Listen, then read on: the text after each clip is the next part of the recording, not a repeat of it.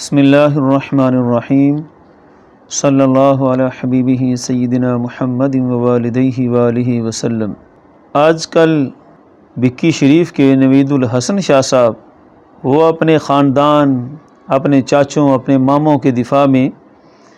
ایک دفعہ پھر منظر عام پر آئے۔ کبھی اہل سنت کے دفاع میں تو وہ منظر عام پر نظر نہیں آئے۔ عقیدہ اہل سنت پر جتنے ان کے خاندان نے حملے کیے ان کو رد کرنے کے لیے تو کبھی انہوں نے کوئی بیان نہیں دیا، لیکن تازہ عرفان شاہ کے ظلم و ستم پر علی منی وانا منہ کے مفہوم کو بگاڑ کر جو عرفان شاہ نے عقیدہ اہل سنت پر شدید واردات کی، اور قبلہ امام جلالی زیدہ شرفہ نے اس کی واردات کا بھرپور اپریشن کیا اور اس بات کو ثابت کیا دلائل سے کہ عرفان شاہ کی واردات اسماعیل دہلوی اور روافظ کے کلینی سے بھی بڑی واردات ہے۔ کاش آج کے زمانے میں بھی اہل درد کوئی علماء حقہ ہوتے تو پھر اٹھ کر اس کا منہ بند کرتے۔ اللہ کا شکر ہے ہمارے قائد حضور کنز العلماء کو اللہ رب العزت نے علامہ فضل حق خیر آبادی کا علمی ورثہ عطا فرمایا، وہ حقیقی غیرت عطا فرمائی کہ آپ نے ان سب کا رد کیا۔ لیکن یہ جو بڑے مدارس کے، جامعات کے بڑے بڑے وارثین، خانقاہوں میں بیٹھنے والے، یہ سب ایک طبقہ تو بالکل خاموش، اور یہ خانقاہوں والے بگڑے ہوئے، ان کی زبانیں اس وقت حرکت میں آتی ہیں کہ جب اپنی دم پر کسی کا قدم آئے پھر چیخیں نکلتی ہیں، پھر اپنے دفاع کے لیے تو بڑا کچھ کرتے ہیں، لیکن عقیدہ اہل سنت کے تحفظ کے لیے کبھی ان کی زبانیں حق بیان نہیں کرتی۔ نوید شاہ نے ایک نئی لوجک کے ساتھ ایک جذباتی ماحول میں عوام کو پھر ایک دفعہ حضور کنز العلماء کے خلاف بھڑکانے کی انتہائی مذموم کوشش کی، اور سارے مفہوم کو بگاڑتے ہوئے خطا اور گناہ کو اکٹھا کر دیا، اور محفوظیت اور معصومیت کے مفہوم کو ہی بیان کرنے سے حضرت قاصر رہے۔ سب سے پہلے تو معصوم اور محفوظ کا جو مفہوم ہے وہ پیش نظر رہے، اور حضرت کی جہالت کو دیکھا جائے کہ کیسے یہ مدارس چلا رہے ہیں، اور کیسے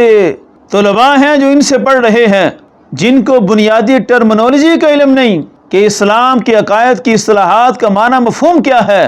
وہ طلباء کو کیا سکھائیں گے۔ معصوم اہل سنت کے ہاں وہ ہے کہ اللہ رب العزت جسے صغائر کبائر سے محفوظ رکھے، اور محفوظ کا معنی ہمارے درجنوں مصادر کے اندر جب بھی کتب میں پڑھایا جاتا ہے تو اس انداز سے ہی بیان ہوتا ہے کہ محفوظ وہ ہیں کہ جن سے اگر کسی صغیرہ یا کبیرہ کا صدور ہو بھی جائے تو اللہ رب العزت ان کو معافی عطا فرما دیتا ہے، ان کا انجام ہمیشہ توبہ اور رجوع الی اللہ پر ہوتا ہے۔ یہ ہے محفوظ کا اصطلاحی معنی، اور ایک عوامی معنی ہے جس کو یہ نوید شاہ بیان کر رہا ہے، اور عوام کو گمراہ کرنے کے لیے عوامی معنی کا سہارا لے رہا ہے کہ محفوظ کا مطلب ہے کہ ہر طرح کے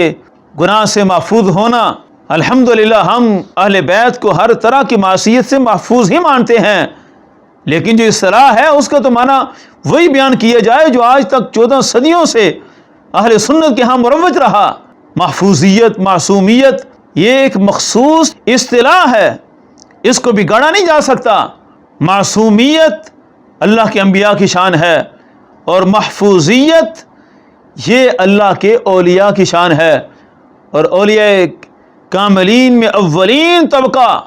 وہ صحابہ کرام کا ہے، انہی میں اہل بیت شامل ہیں، تو سب کے سب محفوظ ہیں کہ اللہ رب العزت نے ان کے ساتھ جو حسنہ جنت کا وعدہ فرمایا ہے، تو اس وعدے کا تقاضا یہ ہے کہ اللہ رب العزت کسی بھی امر پر اگر ان سے کوئی ایسا معاملہ صادر ہو جائے تو رب تعالیٰ انہیں توبہ اور رجوع کی توفیق عطا فرما دیتا ہے۔ یہ ہے حقیقت معصومیت اور حقیقت محفوظیت۔ اب اگلا مسئلہ جو نوید شاہ نے بیان کیا کہ خطا پر قرار دینا یہ محفوظیت پر حملہ ہے۔ جو ان ہستیوں کے بارے میں کلام کرے، سیدہ زہرا کی شان محفوظیت پر حملہ کرے، ان کی طرف خطا اور گناہ کی نسبت کرے، میں یقین سے کہہ سکتا ہوں جتنا بھی وہ مضبوط عالم ہے، جتنا بھی کبھی اس کے پاس علم موجود ہے، لیکن سیدہ زہرا کی طرف خطا کی نسبت کرنے والا یقیناً خود خطا کرنے والا ہے۔ استغفر اللہ العظیم۔ جو خطا یعنی بولی مطلق جائے لیکن مراد اس سے خطا اجتہادی ہو، وہ تو معصومیت کے منافی نہیں ہے، چھ جائے کہ محفوظیت کے منافی ہو جائے۔ ایسی خطا اجتہادی کو تو آج تک 14 صدیوں میں علماء انبیاء کی طرف بھی منسوب کرتے رہے، اور یہ حضرت کہہ رہے ہیں کہ محفوظ حضرات کی طرف منسوب کر دینا بھی بہت بڑا جرم۔ اور پھر آگے جو گالیوں کے تبرع اور طرح کے تماشے، یہ ان کی پرانی عادات ہیں، ان سے ہمیں کوئی سروکار نہیں۔ اب چونکہ انہوں نے آخر میں نام لیا کہ یہی عقیدہ حضرت مجدد الفسانی کا ہے، یہی اہل سنت و جماعت کا عقیدہ ہے، یہی اپنائے مجدد الفسانی کی فکر ہے، اور ویسے بھی نقش بندی پیر ہیں اور حضرت مجدد الفسانی علیہ رحمہ کے نام سے اپنا سلسلہ چلا رہے ہیں، دکانداری چلاتے ہیں، اور اس پر ترنا یہ کہ حضرت درس تصوف میں درس مکتوبات بھی دیتے ہیں۔ کئی دفعہ ان کے درس مکتوبات اپلوڈ ہوتے ہیں کہ حضرت مکتوبات شریف کا درس دے رہے ہیں، مکتوبات امام ربانی مجدد الفسانی کا۔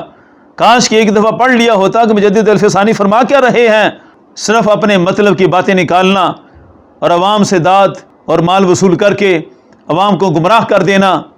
یہی جناب کا ترہ امتیاز ہے۔ یا پھر ویسے ان کی جہالت ہے کہ انہوں نے خود نہیں پڑھے ہوئے اور دس دینے بیٹھ جاتے ہیں۔ آج ہم اول حضرت مجدد الفسانی علیہ رحمہ کی بارگاہ سے ہی فیصلہ کروا لیتے ہیں کہ یہ خطا، اس کا کیا حکم ہے، چونکہ خطا بولا تو مطلق ہی جاتا ہے، اور حضرت مجدد الفسانی علیہ رحمہ نے بھی مطلق ہی بولا، لیکن آپ نے جس بحث میں بولا اس بحث کا جو مدار تھا وہ اجتہاد کی بحث پر تھا۔ اس بنیاد پر سمجھنے والا سمجھ جاتا ہے کہ حضرت امام ربانی علیہ رحمہ جب مطلق بول رہے ہیں تو اس سے یقیناً مراد خطا اجتہادی ہی ہے، کوئی اور مراد معین نہیں ہو سکتی۔ اب یہ بھی عجیب بات ہے کہ آج تک کسی نے امام ربانی کی مراد کو معین نہیں کیا۔ قبلہ امام جلالی سیدہ اشرف نے تو اپنی مراد کو خود معین کیا، اور مسئلہ سیم ہے کہ وہاں بھی جب قبلہ امام جلالی بیان کر رہے ہیں تو پہلے روافظ کی دلیل کو ذکر کیا، کم کے خطاب میں کون شامل ہے کون شامل نہیں ہے اس کو ذکر کیا، اور ذکر کرنے کے بعد پھر آگے بات چلی کہ روافظ کی یہ دلیل ہے اور اہل سنت کی یہ دلیل ہے، اس دلیل کی بنیاد پر ہم خطا اجتہادی کا قول کرتے ہیں۔ یعنی پیچھے ساری بحث جو ہے وہ اجتہاد کی جاری ہے، اور آخر میں بیان کر دیا کہ اس اجتہاد کے مسئلہ میں سیدہ پاک رضی اللہ تعالی عنہا سے خطا اجتہادی کا صدور ہوا، اور خطا اجتہادی نہ معصیت ہے نہ گناہ ہے۔ اب یہی انداز حضرت مجدد الفسانی علیہ رحمہ نے یہاں پر اپنایا، اور یہ مکتوب نمبر 80 ہے۔ فرماتے ہیں اللہ کا فرمان ہے واللہ یعصمک من الناس، یعصمک، عصمت والی آیت پڑھ کر آگے درمیان میں کچھ بحث ہے، اگلی لائن پر ہی بیان کرتے ہیں کہ وہ مقرر است کہ نبی را بر خطا مقرر داشتن جائز نیست، کہ عصمت ہے ہمارے آقا صلی اللہ علیہ وسلم کی، معصومیت قطعی ہے، اللہ کا فرمان ہے، لیکن اس کے باوجود اس کے یہ معنی مفہوم ہرگز نہیں کہ خطا اجتہادی کی نسبت بھی سید عالم صلی اللہ علیہ وسلم کی طرف نہیں ہو سکتی۔ یہ مجدد صاحب فرما رہے ہیں مقرر یہ ہے کہ نبی را بر خطا مقرر داشتن، کہ نبی کو خطا پر باقی رکھنا جائز نیست، یہ جائز نہیں ہے، کہ نبی کی شان یہ نہیں ہے کہ ان سے خطا کا صدور ہی نہیں ہوتا، مراد خطا اجتہادی ہے۔ امام ربانی مجدد الفسانی نے ذکر نہیں کیا اجتہاد کی قید کو، لیکن چونکہ مسئلہ ہے اجتہاد کا اور ہر پڑھنے والا سمجھ رہا ہے کہ بات اجتہاد کی چل رہی ہے، تو اس لیے مجدد الفسانی علیہ رحمہ نے قاری پر چھوڑ دیا کہ جو بھی پڑھے گا اس کو سمجھ لگ جائے گی کہ بات اجتہاد کی ہے۔ تو خطا کا لفظ جو استعمال ہوا ہے وہ اجتہاد کے معنی میں ہی استعمال ہوا، تو اس لیے فرما دیا نبی کی شان یہ ہے کہ نبی کو خطا پر باقی رکھنا یہ ممکن نہیں ہے۔ اسی کو آگے مکتوب نمبر 266 میں حضرت مجدد الفسانی علیہ رحمہ فرماتے ہیں در احکام اجتہادیہ این بزرگواراں علیہم الصلوات و تسلیمات و تحیات ہر چند خطا تجویز نموداند کہ امور اجتہادیہ میں اگرچہ ان مقدس نفوس کے لیے خطا کا امکان ہے، اما تقریر بر خطا در حق ایشاں مجوز نہ داشتاند، لیکن خطا پر باقی رکھنا یہ ان مقدس ہستیوں کے حق میں نہیں ہے کہ ایسا تو ہوا، اور مجدد صاحب نے گنوایا ہوا ہے، اسی مکتوب میں گنوایا ہوا ہے، اور اسی طرح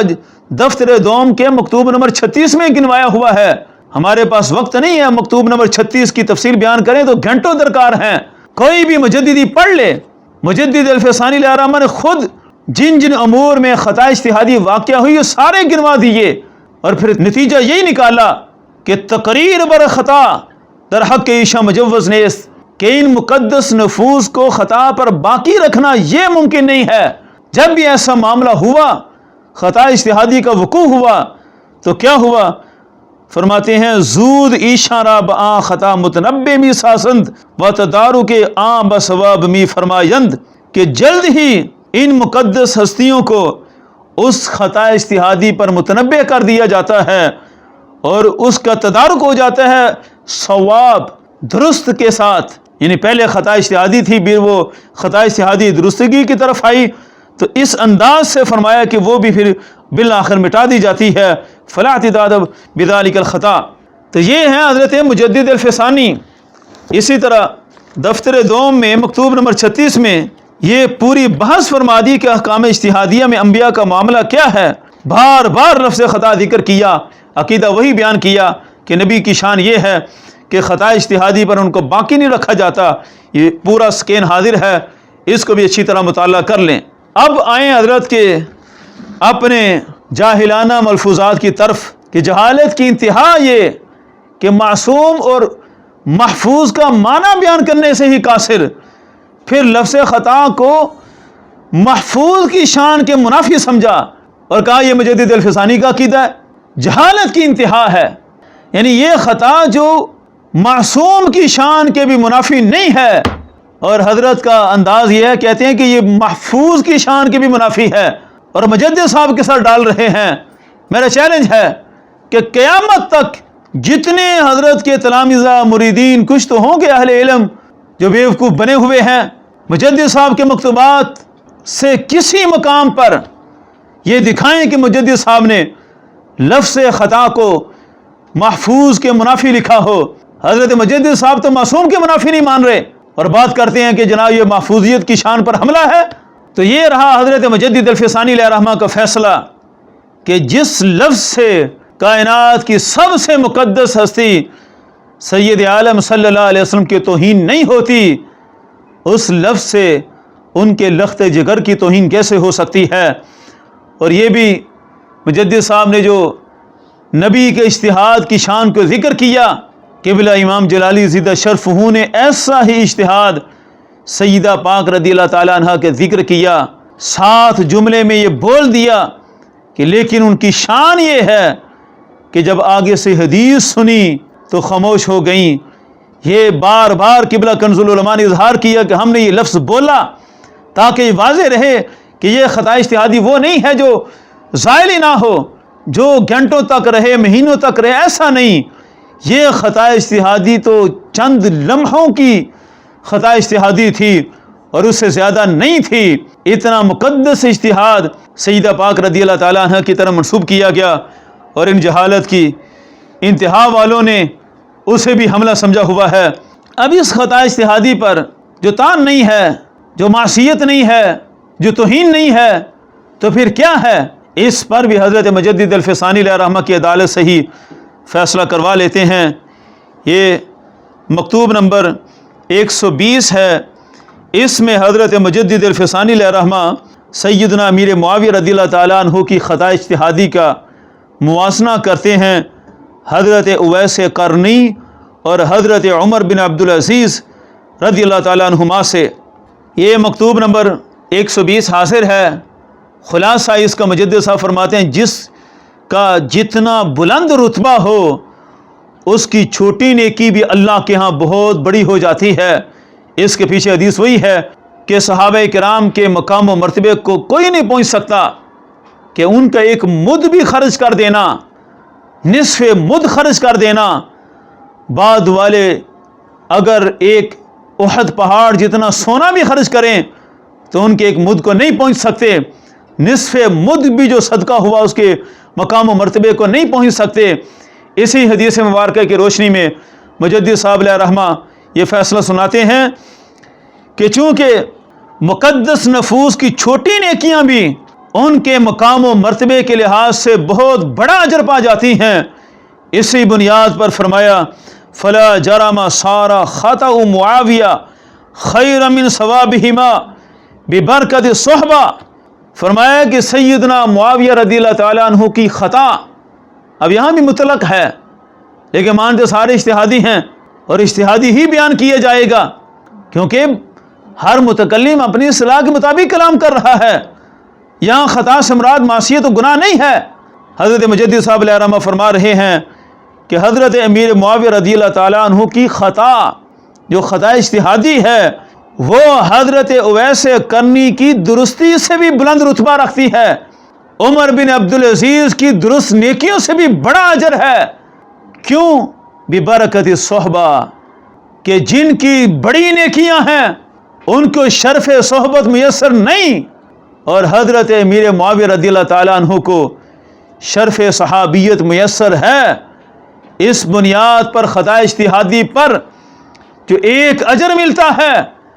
وہ اجر بھی اتنا بلند ہے کہ حضرت اویس قرنی کی نیکیوں سے بھی بڑا رتبہ ہے۔ اسی سے سمجھا جائے کہ حضرت امیر معاویہ رضی اللہ تعالیٰ عنہ کا مقام و مرتبہ جتنا ہے مولا علی رضی اللہ تعالیٰ عنہ سے کہیں دور ہے، کوسوں کوسوں دور ہے۔ اور اسی طرح سیدہ فاطمہ زہرا رضی اللہ تعالیٰ عنہ کا مقام و مرتبہ وہ تو انتہا درجے کا بلند ہے۔ تو مجدد صاحب علیہ رحمہ کی عدالت نے تو فیصلہ سنا دیا کہ اگر بلند رتبہ شخصیات کی طرف خطا اجتہادی کی نسبت ہو تو اس خطا اجتہادی سے بھی ان کی بلندی درجات کی طرف اشارہ ہوتا ہے، ان کا رتبہ عند اللہ اور بلند ہوتا ہے۔ یہ کسی طور پر بھی ان کی ذات پر حملہ نہیں، یہ تو ان کی طرف ایک بہت بڑے منصب، بہت بڑے اعزاز کی نسبت کی گئی ہے۔ اب یہ ہے مجدد الفسانی علیہ رحمہ کا فیصلہ۔ اب دکھائیں اس کے مقابلہ میں مجدد الفسانی علیہ رحمہ نے کہاں وہ بیان کیا جس کو یہ بیان کر رہے تھے کہ محفوظیت پر حملہ اور یہ ان کی شان اقدس پر یہ حملہ ہے۔ حملہ ہے تو سب سے پہلے مجرم مجدد الفسانی بنیں گے کہ مجدد صاحب نے تو سید عالم صلی اللہ علیہ وسلم کی طرف منسوب کر دیا لفظ خطا کو، لیکن حملہ نہیں ہے۔ اب میں آخر میں حضرت کو دعوت دیتا ہوں کہ حضرت کو بڑی فکر لگی ہے کہ طرح طرح کی تقریر ہو رہی ہیں، حملے ہو رہے ہیں۔ ہم بتاتے ہیں کہ حملے کہاں ہوئے۔ حملے جناب کے چاچے عرفان شاہ نے کیے ہیں۔ علی منی وانا منہ کے مفہوم کو بگاڑ کر اسماعیل دہلوی اور کلینی سے جو بڑا وار کیا، اس کا جواب دے نوید الحسن شاہ اور اس کے سارے مدارس کے طلباء جو چند ایک پڑھتے ہیں، سارے جہالت کے پرندے جن کو آج تک نحو کے بنیادی مسائل کا پتہ نہیں اور علمی تقریب میں نحو کی دھجیاں اڑ رہی ہیں، ان سے جواب لیں اور اپنے سسر دوسرے چاچے کی خبر لیں جس نے عقیدہ اہل سنت پر وار کیا، اور ان کی وارداتوں پر بریلی شریف کا پورا فتویٰ آ چکا۔ ان کا جواب دیں اور ان کی شر سے اہل سنت کو بچائیں، اور اپنے گھرانے کو بچانے کے لیے پورے اہل سنت کو داؤ پر لگایا ہوا ہے۔ اور تیسری طرف جناب کا وہ ماما ہے، وہ شمس مختار ثقفی، کہ جس کو مختار ثقفی سے بڑی محبت ہے، امیر معاویہ رضی اللہ تعالیٰ عنہ کا دشمن اور طرح طرح کی وارداتیں کرنے والا ماما وہ جناب کا ہے، لیکن حضرت چاہتے ہیں کہ اس کو اہل سنت کا امامہ بنا دیں۔ تو حضرت کو ہم دعوت دیتے ہیں کہ سسرال کی غلامی اگرچہ بڑی معتبر ہے، لیکن تھوڑی سی جرت جہانگیر کی طرح دکھا دیں کہ جان دادم ایمان نہ دادم، کہ ہم پورے اہل سنت کے ایمان کو ان چاچوں ماموں کے طرح طرح کے خرافات سے برباد نہیں کر سکتے۔ بکی شریف سے وہ جو وابستہ ہیں وہ تو حضرت ثانی کو دیکھ کر وابستہ ہوئے، وہ تو حضرت حافظ الحدیث علیہ الرحمہ کے علمی کاموں کو دیکھ کر وابستہ ہوئے، وہ ان چاچوں ماموں کی کرتوتوں کو دیکھ کر وابستہ نہیں ہوئے۔ اس لیے کچھ بھلا کرنا چاہتے ہیں اہل سنت کا تو اپنے چاچوں ماموں کی خبر لیں، اور جس چیز کا انہوں نے ذکر کیا کہ گناہ کی نسبت کر دی،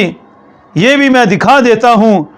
کہ یہ کسی زمانے میں آپ کا چاچا عرفان شاہ کیا کرتا تھا، یہ اس کا بیان ہے، خود سن لیں۔ اگر صاحبان علم اس پر توجہ کریں تو فطرت کے اتحاد کی بنیاد پر یہ جو کہا گیا نا کہ یغفر لک اللہ ما تقدم من ذنبک وما تأخر، اس کی ایک یہ بھی تعریف ہے کہ اجزائے نبوت اگر کسی وقت بتقاضۂ بشریت اقرب سے قرب کی منزل پر آتے ہیں تو رب تعالیٰ فرماتا ہے جب وہ تیرے ہیں، تیری وجہ سے ان کا ایک لمحے کو تقاضۂ بشریت کا شکار ہو جانا بھی معاف کر دیا، حضور کا نہیں، حضور کے اعضاء کا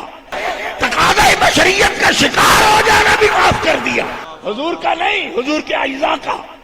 تقاضۂ بشریت کا شکار ہو جانا بھی معاف کر دیا، حضور کا نہیں، حضور کے اعضاء کا۔